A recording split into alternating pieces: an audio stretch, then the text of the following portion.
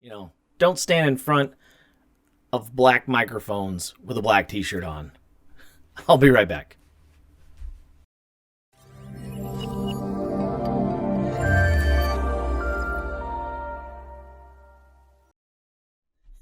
I guess it could help if you guys could actually see the products that I'm trying to demonstrate for you all today, huh? Ladies and gentlemen, what's going on? My name is Chris, the mic guy, and in today's video here, we are going to take my Rode NT1 and put it up against its little cousin, the Rode NT Mini USB. Now, I happened to find this NT Mini USB on sale at Best Buy. It was $100. I was like, I'm gonna grab it. I've been wanting to review it. I wanted to see how these two compared and if this mini USB version could be great for you in a pinch, or if it could be an everyday streaming microphone or a content creator, podcast, something like that. Whatever you want to use it for, does it work? Will it be beneficial for you? So, quick note, this is the Rode NT1, not the NT1A. The anniversary version is just ever so slightly different. It does have a different EQ curve built into the microphone. So I personally like the NT1 better than the NT1A, so that's why I like to use it more. But we're not here to talk about the NT1A, NT1 comparison. We're here to compare these two guys. So as you'll see throughout the video, I'm going back and forth between the audio samples, between the two microphones, and you guys are just going to get quick little setup here, give you guys some information.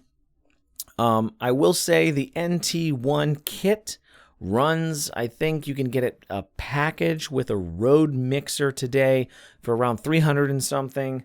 Prices will be listed either in the video or down in the description. I'm not quite sure how I'm going to set that up just yet, but you can get the microphone standalone for roughly around 200, I believe.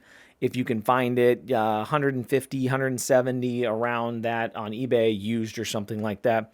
The NT1 Mini is floating around $100. I think normally it's around $140. Again, actual pricing at the time of this recording will be posted, video description, something along that line. So, not a whole lot to say. I like the design of both of these microphones, right? The NT1, classic, nice casing, nice housing. I wish there was a little bit better pop filter built in, but it's a studio microphone. You're going to have a pop filter set up in your studio. You're going to have the right type of audio environment set up there. You're going to have better control. So I think that's why it doesn't have a super aggressive windscreen. The intention was to give everything the capsule could take and, let it all be heard in the right way. There you go. That's the word I was looking for. The NT Mini USB, I don't know. This is honestly the first time I've even hooked it up. I don't even know what it sounds like. Never even worked with it. As far as the mounting system, I really like the way they have this thing set up. It actually has, I have an extension rod on it, so it would be about similar height as my NT1 today, but it actually comes with a magnetic mounting plate to put it on the base. The base is very heavy. It's got a lot of, feels like it's got a lot of cushion, a lot of absorption. So I would expect that it would have the ability to take a shock or two. It comes on this little hinged setup here. You can actually rotate it as I do this while I'm recording. I don't know what this is going to sound like, but it comes on this little hinge setup here. It's very tight, but it does feel like it has some rubber in there, probably intended to provide some little bit more of shock absorption if you had it on a desk or something along that line. As far as the design, though, it's really simple. It's really easy to use. On the front, you have one dial knob, and that only controls the headphone setup, though. It only controls monitoring volume, things like that, system volume if you have it hooked up through USB, and that's how you're listening to your setup. NT1, nothing on it. Nice, clean body style, nice, clean microphone. For anybody who's held one, you know that this thing just says, I'm great. Use me. Make me make you sound beautiful. But yeah, we're going to do a quick plosive test, and then I'm going to do some noise rejection testing, and we're going to see how that goes. So I did raise them up just a little bit here. First for the plosive test here, we're going with the NT1. We have Peter picked lots of peppers from Paul's patch.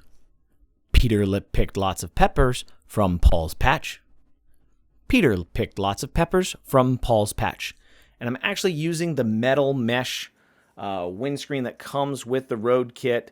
that used to come with the NT1. So this is all part of the Lyre shock mount and everything like that. So this is actually the pop filter for that. Now the NT Mini. Peter picked lots of peppers from Paul's patch. Peter picked lots of peppers from Paul's patch. Peter picked lots of peppers from Paul's patch.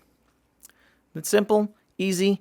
I would like to think that since the NT Mini is being advertised as an on-the-go microphone, that it should have some built-in pop filter, probably a little more aggressive than what you see on the NT1. Not that it's the fault of the NT1. Again, as I mentioned before, I think it's design differences and use case differences. I smack my stand. The intention, again, Rode NT, portability, it's small form factor, works really well. But, you know, again, does it sound the same? Does it sound great? What does it sound like entirely? Because I think that's the biggest thing that a lot of people want to know.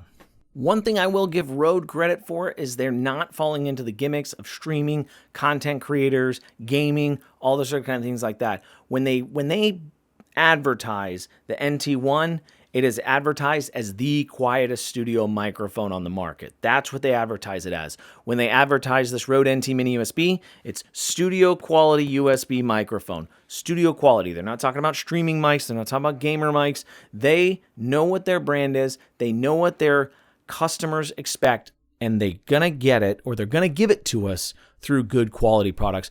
I will say Rode is probably one of my favorite manufacturers for microphones.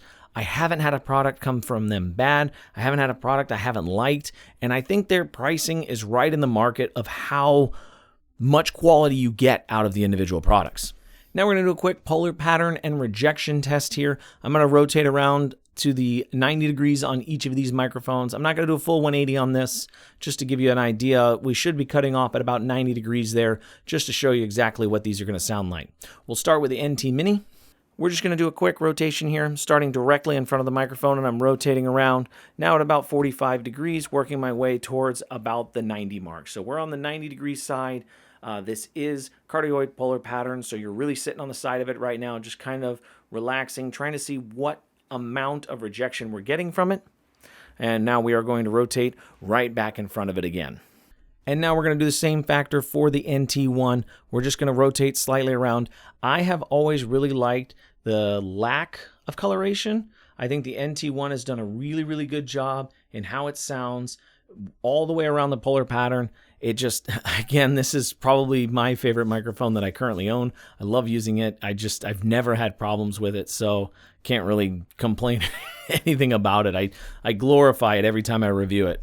So that's really going to be it for our video here today. I hope you guys enjoyed. I hope this was kind of helpful to give you an idea of the comparison of the NT1 versus the NT Mini USB. Again, two microphones, two different use cases, but both good quality products from Rode. You guys, down in the comments, let me know what you think. Let me know how you thought this sounded. Let me know which one you thought came across better. You know, maybe you like the sound of the NT Mini, and I want to know why. Thanks again, guys, for watching the video here today. Hope you guys liked it. If you did, be sure to hit that thumbs up button. Be sure to subscribe to the channel. We got more of these side-by-sides and more independent microphone reviews coming in the future. Thanks for watching. We'll see you guys next time.